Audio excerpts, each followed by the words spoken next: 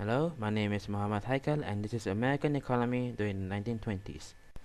This video will explain the economic section of the Roaring Twenties, a period of cultural, scientific, industrial, and economic growth, the American economy specifically.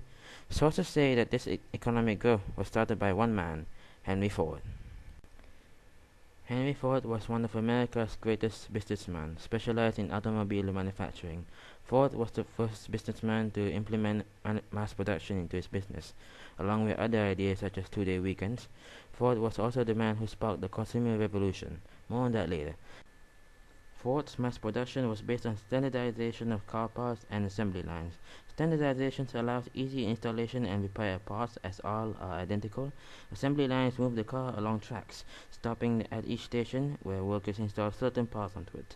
The assembly line have reduced manufacturing times from 12 hours to 90 minutes. This lets Ford to keep lowering the price, opening the business to middle class and soon the working class.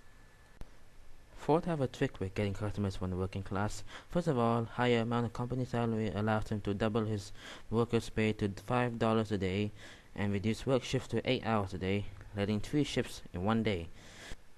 Also, his idea of weekends promoted his now well-paid workers to buy the cars that they made and have a holiday. Of course, that only works for his employees, but the change resonated through the whole American industry. One of the main problems of fast mass production is that the car part makers couldn't keep up, but they see the benefits of mass production and would adopt to keep Ford as a customer. This later echoed through the supply chain from raw resource providers to manufacturers. Indirectly, Ford have revolutionized American industry. 1920 as the start of the consumer revolution. As the result of widespread use of mass production, with the rise of automobiles, followed the American economic growth. Automobiles promoted the growth of oil companies and vacation industries, reviving the necessity of oil mining. For the automobiles, there arose another industry, advertising.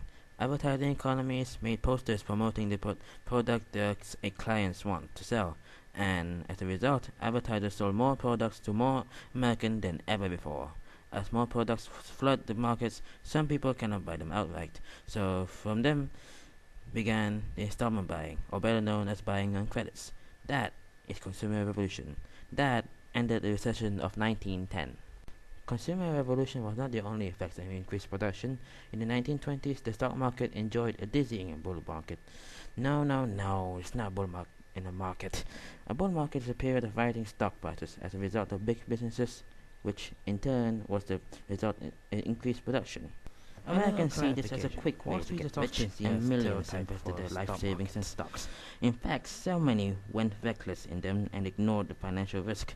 From here started the stock counterpart of credits, buying on margins. It worked the same way as credits, with payment over time. It almost seemed that America had entered an era of prosperity. To most, this vision are a reality. City people had lived with ease, and with automobile presents another effect. Since cars allow more distance covered in shorter time for less work, the usually crowded cities spread out. Construction companies built rows after rows of houses outside cities, marking a buffer zone between the rural and the urban sectors, suburbs. Here, people use cars to go to work, unlike on foot like the oldest times, since cars were much cheaper. As a result, people moved from crowded urban sectors to the quiet neighborhoods outside. Suburbs grew much faster than the cities themselves. However, things aren't equal. To the farmers in the fields, hardship and poverty soared. These people did not participate in the consumer revolution, nor did they invest in stocks. Farmers and ranchers still held on to their old ways of life, but things did not look well.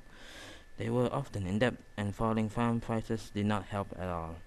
They couldn't afford to buy the seed